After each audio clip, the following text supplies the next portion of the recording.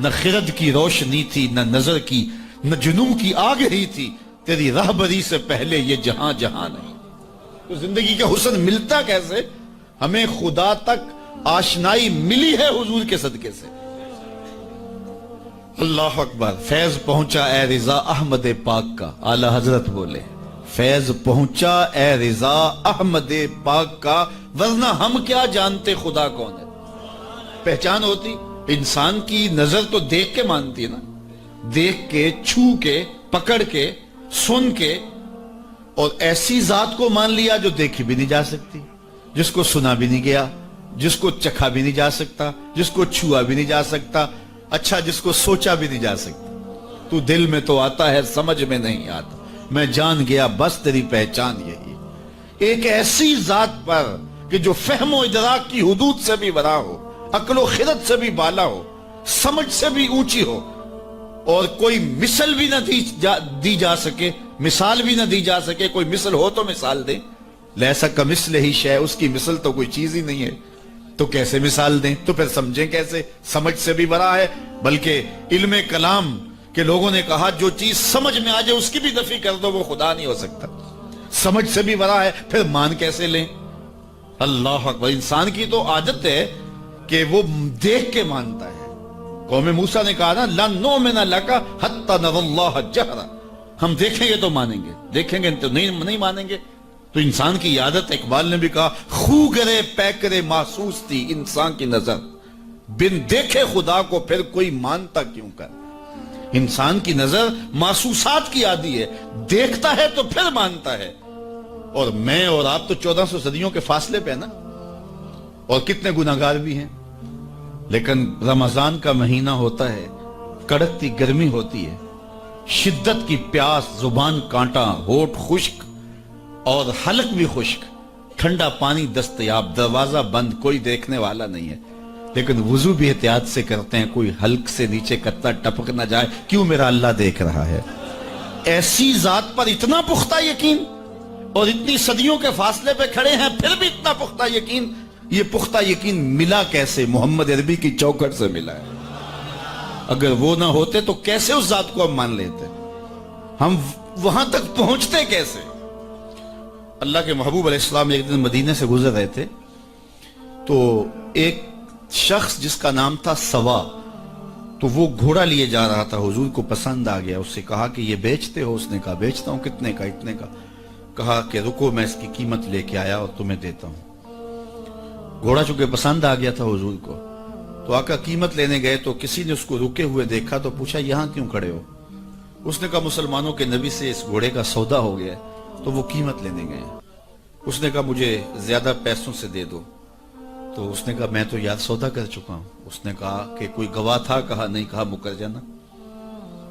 اس کو پیسوں کی لالچ آ گئی، اس نے کہا ٹھیک ہے حضور، اتنے میں قیمت لے کے پہنچ گئے۔ تو اس نے کہا میں نے تو آپ سے سودا کوئی نہیں کیا۔ حضور نے کہا ابھی تو سودا ہوا ہے۔ وہ کہنے لگا میں نے سودا کوئی نہیں کیا۔ لوگ بھی اکٹھے ہونے لگے، ہجوم بن گیا۔ اب حضور کہے میں نے گھوڑا خریدا ہے، وہ کہے میں نے بیچا نہیں۔ اب جب لوگوں کا ہجوم بنا تو لوگوں کے ہجوم کا بھی ایک پریشر ہوتا ہے۔ تو اس نے کہا کہ اگر بات لوگوں پہ چلی گئی تو صادق بھی یہ ہیں، امین بھی یہ ہیں، تو لوگ تو انہیں سچا کہیں گے۔ اس نے کہا اچھا مجھے یہ بتائیں کہ جب دو آدمیوں کے مابین یوں نزاع بن جائے تو اس میں تسویہ کی صورت کیا ہوتی ہے آپ کی شریعت میں؟ تو حضور نے فرمایا میری شریعت تو کہتی ہے کہ جو مدعی ہے وہ گواہ لائے، والیمین علی من انکر، جو انکار کرتا ہے وہ قسم دے دے۔ اس نے کہا پھر ٹھیک ہے، آپ کا دعویٰ ہے کہ آپ نے گھوڑا خریدا ہے تو پھر آپ گواہ دیں، اور اگر آپ کے پاس گواہ نہیں ہے تو پھر میں قسم دے دیتا ہوں۔ جھوٹ اس نے پہلے بول لیا تھا، قسم دینا اس کے لیے مشکل نہیں تھا، اس کو یہ بھی پتا تھا گواہ کوئی نہیں۔ تو اس نے کہا جناب آپ گواہ لے آئیں، آپ گواہ پیش کر دیں تو میں گھوڑا دے دیتا ہوں جس قیمت پہ آپ بتا رہے ہیں، اور اگر آپ کے پاس گواہ نہیں ہے تو پھر میں قسم دے دیتا ہوں۔ اب بھری بزم تھی، لوگوں کا ہجوم تھا، اور اس نے ایک ایسی بات کی قبل اس سے کہ کچھ دیر گزرتی حضرت حذیفہ رضی اللہ تعالی عنہ، حذیفہ بن یمان الانصاری رضی اللہ تعالی عنہ آگے بڑھے اور کہا کہ گواہی مانگتا ہے؟ اس نے کہا جی میں گواہی مانگتا ہوں۔ تو کہا میں گواہی دیتا ہوں، جتنے میں حضور نے بتایا اتنے میں سودا ہوا ہے، اور حضور نے گھوڑا خریدا ہے۔ اس نے کہا جی ٹھیک ہے، مجھے پیسے مل گئے اور ٹھیک ہے، میرا مطالبہ پورا ہو گیا، گواہی چاہیے تھی، درکار تھی، گواہی مل گئی۔ تو اس نے گھوڑا دے دیا اور قیمت اس نے لے لی۔ قیمت اس نے اپنی مرضی کی گھوڑے کے مطابق ہی لی تھی، وہ تو زیادہ پیسوں کے لالچ میں مکرا تھا۔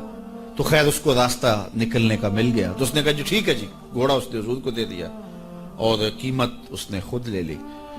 تو حضور علیہ السلام جب چلنے لگے، لوگ ہٹنے لگے، تو حضور نے حضرت حذیفہ رضی اللہ تعالیٰ عنہ کو اشارے سے قریب کیا اور کہا کہ تم نے گواہی دی، تم تو موقع پہ موجود ہی نہیں تھے، تو تم نے گواہی کیسے دی؟ تو حضرت حذیفہ رضی اللہ تعالیٰ عنہ نے کہا حضور گھوڑا کیا ہے، آپ کے کہنے پہ تو ہم نے رب کی گواہی دے دی، ہم نے رب کو دیکھا تھا، آپ نے کہا نہ ہے تو ہم نے مان لیا، تو یہ گھوڑا کیا ہوتا ہے؟ تو حضور نے آپ حضرت حذیفہ کا ہاتھ پکڑ کے فضا میں بلند کیا اور لوگوں کو کہا جانے والوں رک جاؤ۔ لوگ ٹھہر گئے، کہا کسی عدالت کو کچہری میں گواہ کی ضرورت ہو تو میری شریعت 2 گواہ مانگتی ہے، لیکن جہاں میرا خزیمہ ہوگا، ہاں حذیفہ نہیں، خزیمہ بن ثابت انصاری رضی اللہ، جہاں میرا خزیمہ ہوگا وہاں ایک کی گواہی 2 کے قائم مقام ہوگا۔ فیض پہنچا اے رضا احمد پاک کا، ورنہ ہم کیا جانتے خدا کون ہے۔ میں اگر خدا سے ملنا چاہوں تو مجھے بتاؤ نہ کہ میں کدھر جاؤں، شرق کو جاؤں، غرب کو جاؤں، شمال کو جاؤں، جنوب کو جاؤں، نیچے سوراخ کروں، اوپر سیڑھی لگاؤں، کدھر جاؤں؟ میں آپ سے ملنا چاہتا ہوں تو میں شرق کی جانب سفر کروں گا، آپ مجھ سے ملنا چاہتے ہیں تو غرب کی جانب دوڑیں گے، لیکن میں خدا سے ملنا چاہتا ہوں، وہ تو جہتوں سے پاک ہے، وہ تو سمتوں سے پاک ہے، تو اس کو ملنا چاہوں تو بتاؤ کدھر جاؤں؟ اللہ اکبر۔ آئیے ذرا قرآن کا اسلوب دیکھیے، وَإِذَا سَأَلَكَ عِبَادِي أَنِّي فَإِنِّي قَرِيبٌ۔ حبیب میرے بندے تیرے پاس آ کے میرا پوچھتے ہیں، بندے میرے ہیں، مجھے ڈھونڈتے ڈھونڈتے تیرے پاس آ گئے اور تیرے پاس آ کے پھر میرا پوچھنے لگے۔ فَإِنِّي قَرِيبٌ، ان آنے والوں کو بتلا دیجئے کہ میں دور نہیں ہوں، نیڑے ہوں۔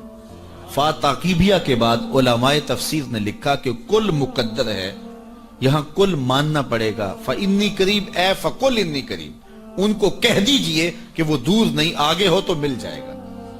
یہ ہے ترجمہ کل کے مقدر ماننے سے، لیکن صوفیہ فرماتے ہیں کل کو مقدر ماننے کی ضرورت ہی کیا ہے، بات ہی سیدھی ہے۔ حبیب میرے بندے مجھے ڈھونڈتے ڈھونڈتے تیرے تک آ گئے، تو محبوب جب تیرے تک آ گئے میں پھر بھی دور ہوں۔ میرے بندے جب مجھے ڈھونڈتے ڈھونڈتے تیرے تک جو آ گئے تو محبوب تیرے تک آگے ہیں تو میرے تک آگے، یہ تیرے پاس آ کے پھر میرا پوچھ رہے ہیں۔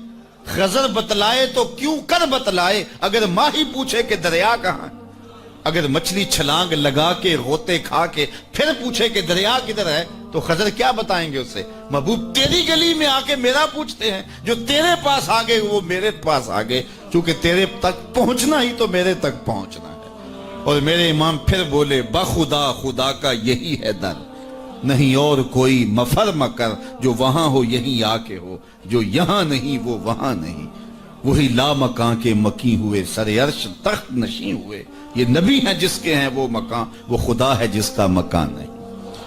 تو کہا اگر خدا تک پہنچنا ہے تو مصطفیٰ تک جانا ہوگا، بس یہی راستہ خدا تک پہنچتا ہے۔ اللہ اکبر۔ تو حضرت عیسیٰ علیہ السلام نے فرمایا لوگوں میں جا رہا ہوں اور میرے بعد اب وہی آئے گا جس کا نام محمد ہوگا۔ تو ایک حواری اٹھ کے کھڑا ہو گیا اور کہنے لگا کہ حضرت جس کے قصیدے آپ بھی پڑھ رہے ہیں کیا وہ آپ سے بھی افضل ہوگا؟ تو سنو حضرت عیسیٰ نے کیا جواب دیا، آپ کے سینے میں ٹھنڈ پڑ جائے گی، ویسے تھوڑی سی تقریر میں اور کروں گا لیکن میں یہی بھی چھوڑ دوں تو آپ ناراض نہیں ہوں گے، اس لیے کہ بات اتنی ہے کہ پورا سال آپ پر نشہ طاری رہے گا۔ اللہ اکبر۔ کہا حضرت جس کے قصیدے آپ بھی پڑھ رہے ہیں کیا آپ سے بھی افضل ہوگا؟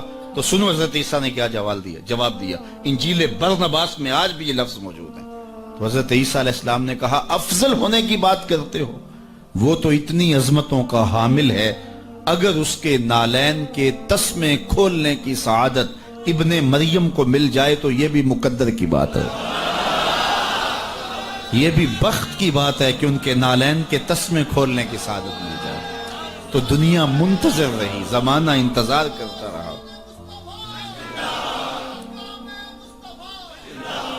تو لوگ کہاں کہاں منتظر رہے، ہم نے کوئی انتظار نہیں کیا۔ آنکھ کھلی تھی تو مسجد کے سپیکروں سے آواز آ رہی تھی، مصطفیٰ جان رحمت پہ لاکھوں سلام۔ ہم اذان جب ہم نے آنکھ کھولی تو صدائیں مل رہی تھی کہ نبی جی اللہ اللہ اللہ ہو۔ تو ہم کتنے خوش نصیب ہیں، کتنے بخت والے ہیں کہ ہمیں آغوش مادر میں حضور کا نام مل گیا، کوئی انتظار ہی نہیں کرا۔ اقبال کتنے فخر سے کہا کرتے تھے، نام تو از پدر آموختم، حضور آپ کا نام میں نے اپنے باپ سے سنا تھا، آپ کا نام میں نے اپنے باپ سے سنا تھا، آپ کے درود کی لوری اپنی ماں سے سنی تھی، اپنی بہن سے حضور کا پیار سنا۔ تو یہ ہمیں میسر آیا، خوش نصیب ہیں ہم لوگ کہ ہمیں یہ دور ملا۔ ہاں ایک ہمیں افسوس ہوتا ہے کہ کبھی حضور کے دور میں ہوتے، وہ لمحے میسر آتے، لیکن میرے آقا جانتے تھے میرے امتی بعد میں تڑپیں گے۔ حضور نے جو ہے وہ ہمیں آنے والوں کو تسلی دیتے ہوئے اتنی خوبصورت بات کی۔ ایک دن صحابہ بیٹھے تھے، فرمایا طوبی لمن رآنی وآمن بی وطوبی سبع مرات من لم یرانی وآمن بی۔ فرمایا صحابہ تمہیں مبارک ہو، تم نے مجھے دیکھا اور میرے اوپر ایمان لائے، اور فرمایا انہیں 7 مبارکیں ہوں جنہوں نے نہیں دیکھا ہوگا پھر بھی ایمان لائیں گے۔ نفس ایمان کی حضور نے 7 مبارکیں دی ہیں، طوبی لمن رآنی وآمن بی وطوبی سبع مرات من لم یرانی وآمن بی۔ تو کہا انہیں 7 مبارکیں ہوں جنہوں نے دیکھا بھی نہیں پھر بھی نام پہ تڑپ رہے ہوں گے۔ اللہ اکبر، نام سن کے جان وارنے کے لیے تیار ہوں گے۔ حضور کا نام آتا ہے آنکھوں میں آنسو آ جاتے ہیں، دل تڑپتا ہے، کیا کیفیات باطن ہوتی ہیں۔ تو یار یہ کوئی چھوٹی دولت ہے، حضور کا نام سن کے یہ کیفیت نصیب ہو جائے، یہ ان کے پیار کی علامت ہے۔ پیار ہوتا ہے تو آنکھوں میں آنسو آتے ہیں، اور جہاں آنسو ہوتے ہیں وہاں رحمتیں ہوتی ہیں۔ علامہ رومی فرماتے ہیں جہاں پانی چلتا ہے وہاں سبزہ اگتا ہے، اور جہاں آنسو بہتے ہیں وہاں رحمت اترتی ہے۔ تو یہ ان کے پیار کے آنسو ہے، یہ ان کی محبت کے آنسو ہے۔ بلکہ امام غزالی نے غالباً لکھا ہے کہ حضور کے پیار میں، اللہ کی خشیت میں جو آنسو آئیں تو ان کو صاف نہ کرو بلکہ ان کو رخساروں پہ مل لیا کرو۔ یہ تو خوش نصیب آنسو ہیں جو حضور کی یاد میں بہے ہیں، جو حضور علیہ السلام کے ذکر میں بہے ہیں۔ تو یہ میری اور آپ کی خوش بختی، اور اگر وہ نہ آتے تو ہم آج بھی اندھیروں میں ہوتے، ظلمتوں میں ٹھوکریں کھا رہے ہوتے اگر حضور تشریف نہ لاتے۔ خدا شناسی تو بڑی دور کی بات ہے، ہم خود شناس بھی نہ ہوتے اگر حضور نہ آتے۔ ہمیں اپنے آپ سے آگہی نہ ملتی، اپنی ذات سے شناسائی نہ ملتی اگر حضور نہ آتے۔ ورنہ دیکھیے کہ آج کتنے لوگ عقل و بینش، فہم و ادراک میں کتنے آگے ہیں، لیکن کیا انہیں حضور کا در نہیں ملا تو کیا وہ آج آشنائی رب سے اور آشنائی ذات سے مالا مال ہیں؟ کتنے لوگ ہیں پی ایچ ڈی ڈاکٹر ہیں لیکن بتوں کے آگے ہاتھ جوڑے اپنی حاجتیں ان کے سامنے پیش کر رہے ہیں۔ ان کی عقل و فہم، ان کی عقل و بینش، ان کی ڈگریاں انہیں نہیں بتا رہی کہ اپنے بدن پہ بیٹھی مکھی بھی نہ اڑا سکیں، میری ضروریات کے کفیل کیسے ہو سکتے ہیں، لیکن آگے کھڑے ہوئے ہیں۔ اللہ اکبر۔ لیکن دوسری جانب میں ایک مثال دیا کرتا ہوں، میں ایک بچپن میں ایک چیز دیکھی کہ ہماری مسجد میں ایک بچہ اپنے پینچے کو مل مل کے دھو رہا تھا، تو میں نے دور سے جھڑکنے کے لہجے میں اسے کہا کہ تم نے اتنا زیادہ پانی کھولا ہوا ہے؟ تو وہ کہنے لگا جی میں گلی سے گزر رہا تھا تو کسی جانور کے پیشاب کا چینٹا پڑ گیا اور میں سکول جا رہا ہوں، اور وہ کوئی درس نظامی کا فارغ تحصیل نہیں تھا کہ اس نے نجاست غلیظہ و خفیفہ کے احکام پڑھے ہوں۔ تو اس سے میں سوچنے لگا کہ اس ڈاکٹر کو تو سمجھ نہیں آئی جو گائے کا پیشاب تبرک سمجھ کے پی رہا ہے، اور اس 8 سال کے پرائمری کلاس کے بچے کو سمجھ آ گئی، اور یہ پانچے کے اوپر پڑے ہوئے پیشاب کے غیر مری چھینٹے کو بھی گوارا نہیں کر رہا۔ تو میں نے کہا اس کی طبیعت میں یہ تقدس کہاں سے آ گیا؟ تو اندر سے آواز آئی وہ ہے ڈاکٹر لیکن اس کے ہاتھ میں دامن میرے حضور کا نہیں، اور یہ ہے بچہ لیکن ماں نے گٹی میں پیار حضور کا دیا ہے، اس لیے تقدس اس کی روح تک اتر گیا ہے، اس کے باطن میں اتر گیا ہے۔ تو یہ ان کے صدقے سے ہمیں زندگی کا نور نصیب ہوا ہے، ورنہ آج بھی ہم اندھیرے اور ظلمت میں ہوتے، اور آج بھی ہم کسی بت کے آگے ہاتھ جوڑے کھڑے ہوتے اگر ان کا در نہ ملتا، ان کی چوکھٹ نہ ملتی، اور ان کی دہلیز میسر نہ آتی۔ نہ خرد کی روشنی تھی، نہ جنوں کی آگہی تھی، تیری رہبری سے پہلے یہ جہاں جہاں نہیں تھا۔ اور آج زندگی کا سارا نور اور باطن کے سارے اجالے اور شعور و عقل اور فہم و ادراک کی ساری دولتیں جو ہمیں میسر ہیں، یہ حضور علیہ السلام کی کی ولادت کے صدقے سے ہمیں میسر آئی ہیں، ورنہ وحشیوں سے بدتر معاشرہ تھا اور بدترین معاشرہ تھا جس میں زندگی انسانیت کاٹ رہی تھی۔ بلکہ میں کہوں گا کہ صرف حضور علیہ الصلوۃ والسلام کی آمد کے فوائد مرتب صرف مسلمانوں پہ نہیں ہوئے، مومنوں پر احسان تو ہے ہی ہے کہ ان کی دنیا بھی اور آخرت بھی سنور گئی، باقی بھی پوری کائنات کے اوپر بسنے والے انسانوں کو جہاں کہیں بھی آپ کو شعور اور روشنی اور اجالا نظر آئے گا، وہ سارا صدقہ ہے آمنہ کے جگمگاتے چاند کا۔ جہاں بھی روشنی نظر آئے گی آپ کو، جہاں بھی کسی نے کچھ سیکھا ہے۔ آج ہم اگرچہ کچھ معاملات میں کچھ قوموں سے پیچھے رہ گئے اور وہ بہت آگے جا چکے ہیں، لیکن انہوں نے یہ نور اٹھایا کہاں سے ہے، یہ روشنی لی کہاں سے ہے؟ اگر معاشرتوں کی روشنیاں ہیں، اگر عدل و انصاف کے نور پھیلے ہیں معاشرے میں اور مختلف قوموں کے اندر، تو وہ سارے کے سارے اسی دہلیز سے لیے گئے ہیں اور اسی چوکھٹ سے اٹھائے گئے ہیں۔ تو ہمیں بھی اسی دہلیز پہ آ جانا چاہیے اور اپنی زندگی کو حضور علیہ الصلوۃ والسلام کے طریقہ نور کے مطابق ڈھال لینا چاہیے۔ ہمیں تو کسی اور در پہ جانے کی ضرورت نہیں ہے، ہمیں تو کسی دہلیز پہ ماتھا ٹیکنے کی ضرورت نہیں ہے، ہمیں تو مکمل اسوہ اور مکمل نمونہ زندگی دیا گیا حضور کی ذات کی صورت کے اندر۔ اس لیے ہم اپنی گھریلو زندگی سے لے کر کے اپنے سیاسی امور تک اسی دہلیز سے لے کر کے اپنی زندگی کو جنت بنا سکتے ہیں اور اپنی آخرت بھی بہتر کر سکتے ہیں۔ دوسرے لوگوں نے حضور علیہ الصلوۃ والسلام کے اصول و ضوابط، حضور کے دیے ہوئے جو ہے وہ نظام زندگی سے روشنی لے کر کے اپنی دنیاوی زندگی کو تو جنت بنا لیا، لیکن حضور علیہ السلام سے باطنی تعلق قائم نہ کر سکے اور اپنی آخرت جو ہے وہ روشن نہ کر سکے۔ اور ہمارا تو حضور سے باطن کا ربط ہے، حضور سے دل کا تعلق ہے، اس لیے ہم اپنی آخرت بھی سنوار سکتے ہیں اور ہم اپنی دنیا بھی سنوار سکتے ہیں، شرط یہ ہے کہ ہم حضور کے ہو جائیں۔ پھر ہمیں عزت بھی ملے گی، ہمیں سرخروئی بھی ملے گی، تخت و تاج بھی ہمارے رب کا وعدہ ہے، وَأَنْتُمُ الْأَعْلَوْنَ إِن كُنتُم مُؤْمِنِينَ۔ تم مومن بن کے دکھاؤ، ساری عزتیں تمہارے قدموں پہ رکھیں گے۔ بن کے تو دکھاؤ نا۔ یہ کافر لگتے کیا ہیں؟ کافر لگتے کیا ہیں؟ اگر انہیں دنیاوی عزتیں دی گئی ہیں تو انہوں نے اصول و ضوابط اختیار کیے ہیں۔ اقبال نے وہ جب شکوے کی زبان کھولی تو اس میں کہا نا کہ کافر کو دیے حور و قصور اور مومن کے لیے فقط وعدہ حور، تو اس کے جواب میں کہا تم میں کوئی حوروں کا چاہنے والا ہی نہیں، جلوائے طور تو موجود ہے کوئی موسیٰ ہی نہیں۔ کوئی ہو تو صحیح اور کوئی مانگنے والا تو ہو، تو اس کو ہم کیوں نہیں دیتے؟ ہم تو مائل بکرم ہیں، کوئی سائل ہی نہیں، راہ دکھلائیں کسے راہ رو منزل ہی نہیں، جلوائے طور تو موجود ہے کوئی موسیٰ ہی نہیں۔ تو وہ آج بھی وہ انوار برسنے کے لیے جو ہے وہ آمادہ ہیں، لیکن اس دہلیز پہ آ جائیں۔ ہم نے اپنے آقا و مولا کے ساتھ اپنا باطنی تعلق تو قائم کیا ہے، لیکن ہماری زندگی کی ترجیحات کچھ اور ہو گئی، اور جس کے نتیجے کے اندر آج ہم دنیا سے جو ہے وہ کٹ گئے اور آج رسوائیوں اور ذلتوں میں اپنی زندگی بسر کر رہے ہیں۔ اقبال علیہ رحمہ نے جب شکوے کا لہجہ اختیار کیا تو فتویٰ بھی متوجہ ہوا اور بہت سخت لہجہ تھا، لیکن جواب آتے ہی سارا نشہ اتر جاتا ہے۔ جب وہ شکوہ کرتے ہیں تو اس میں کرتے ہیں کہ تیرے کعبے کو جبینوں سے بسایا ہم نے، نوع انسانی کو غلامی سے چھڑایا ہم نے، صفائے دہر سے باطل کو مٹایا ہم نے، تیرے قرآن کو سینوں سے لگایا ہم نے، پھر بھی ہم سے گلہ ہے کہ وفادار نہیں، ہم وفادار نہیں تو بھی تو دلدار نہیں۔ تو بڑا تلخ لہجہ ہے، لیکن اب اس کا جب جواب آتا ہے تو سارا نشہ اترتا ہے۔ لفظ وہی ہیں، صرف صیغہ بدلتا ہے، لفظ وہی رہتے ہیں، صرف صیغہ تبدیل ہو جاتا ہے۔ اب جواب کیا آ رہا ہے؟ پہلے تو یہ تھا کہ صفائے دہر سے باطل کو مٹایا ہم نے، نوع انسانی کو غلامی سے چھڑایا ہم نے۔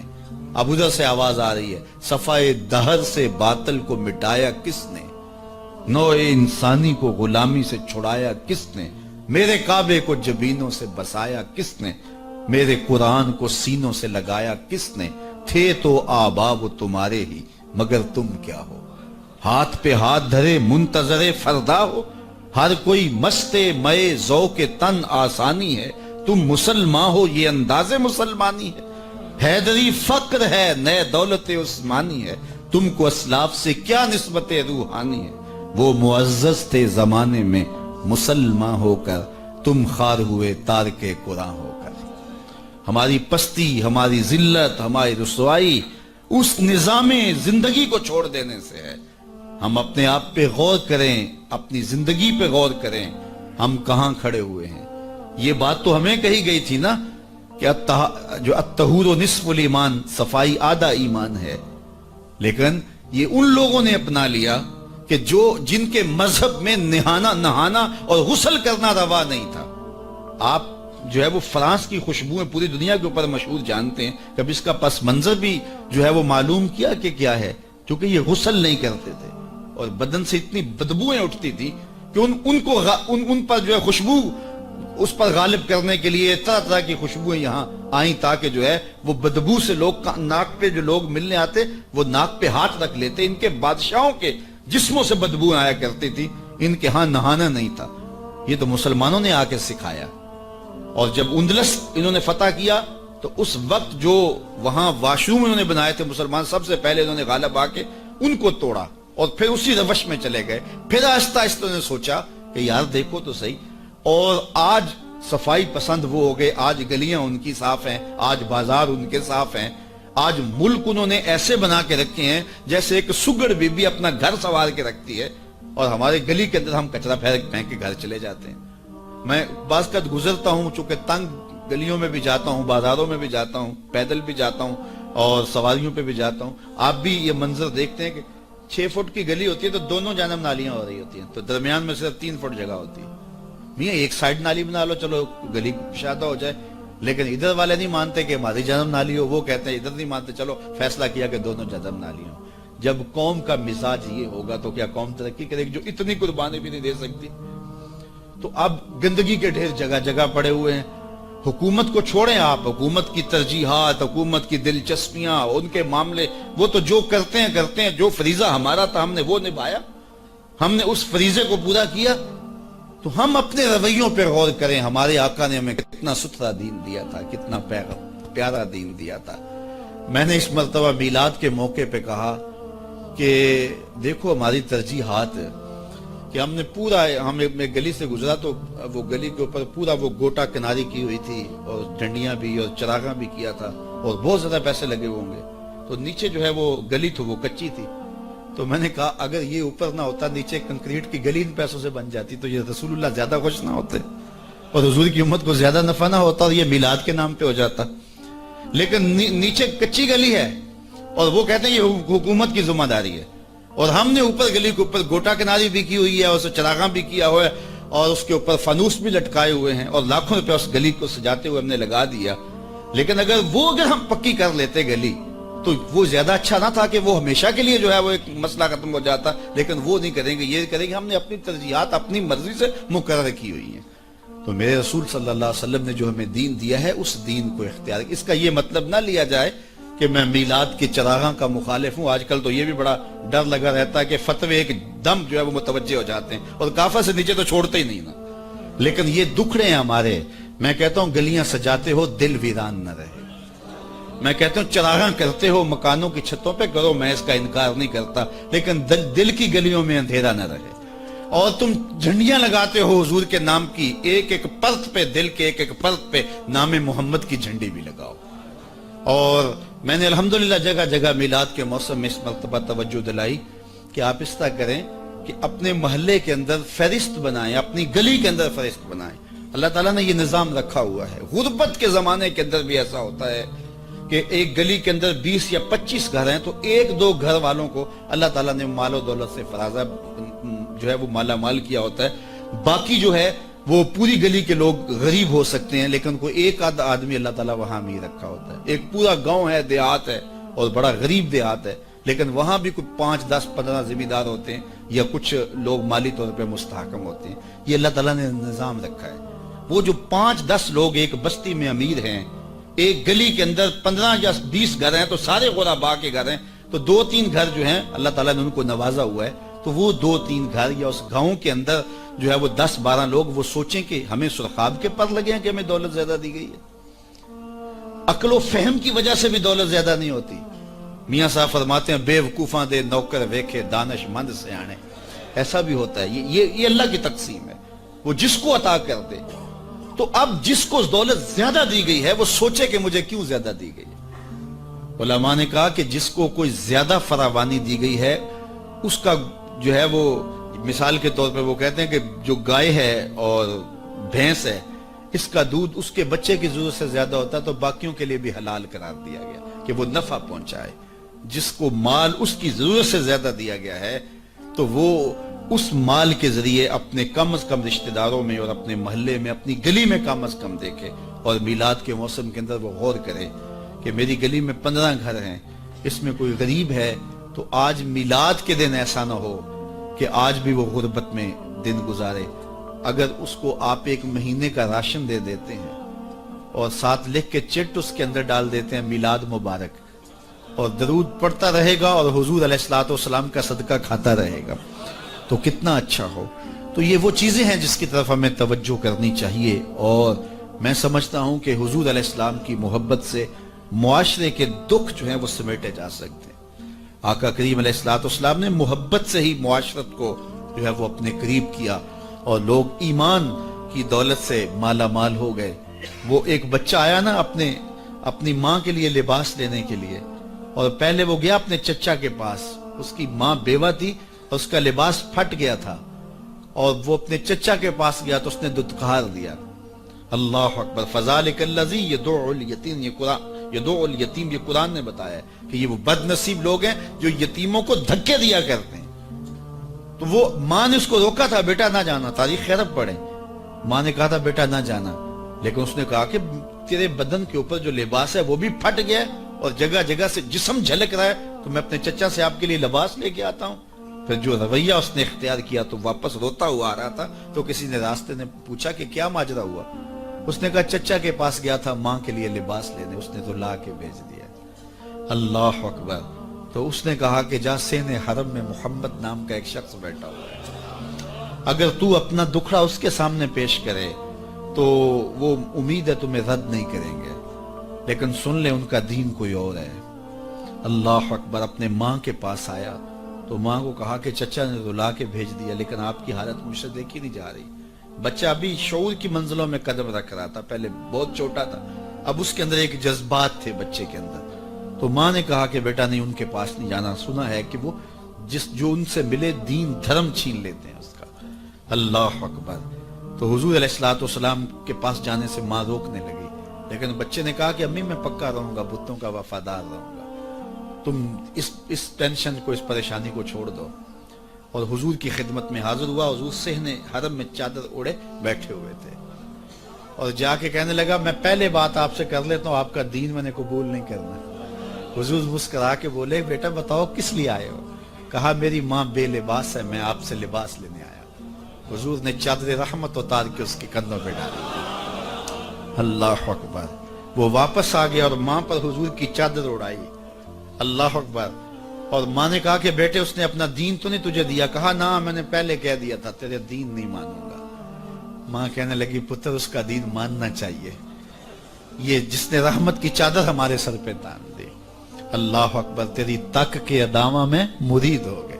اس بوڑھی عورت کا قصہ بھی آپ نہیں بھول سکتے، جو گھر کا سامان باندھ کے اپنے دروازے پہ بیٹھی ہوئی تھی، اور اس نے سنا تھا مکے میں ایک جادوگر آیا ہے جسے ملتا ہے اس کا دین چھین لیتا ہے۔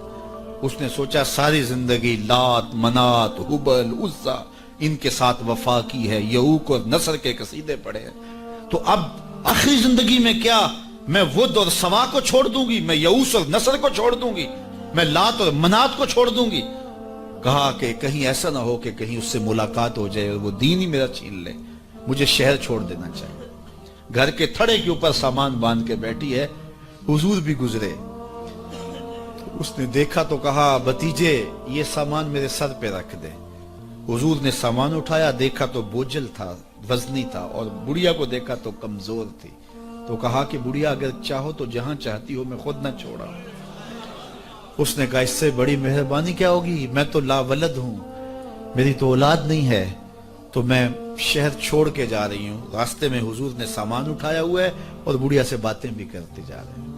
تو بڑھیا کو کہا کیوں جا رہی ہے؟ اس نے کہا کہ سنا ہے یہاں ایک جادوگر ہے جو لوگوں کا دھرم لوٹ لیتا ہے، لوگوں کا دین لوٹ لیتا ہے، میں نے ساری زندگی بتوں سے وفا کی ہے، میرے ابا و اجداد نے بتوں سے وفا کی ہے، میں چاہتی ہوں دین اجداد ہاتھ سے چھوٹ نہ جائیں، آخر اس شہر میں رہتی ہوں کہیں مل نہ جائے، تو میں چاہتی ہوں کہ میں شہر چھوڑ جاؤں، زندگی کی چند سانسیں باقی ہیں، میں وفا کے ساتھ تو گزاروں۔ غالب نے کہا تھا نا، وفاداری بشرط استواری اصل ایمان ہے، اس پہ اختلاف بھی کیا جا سکتا ہے۔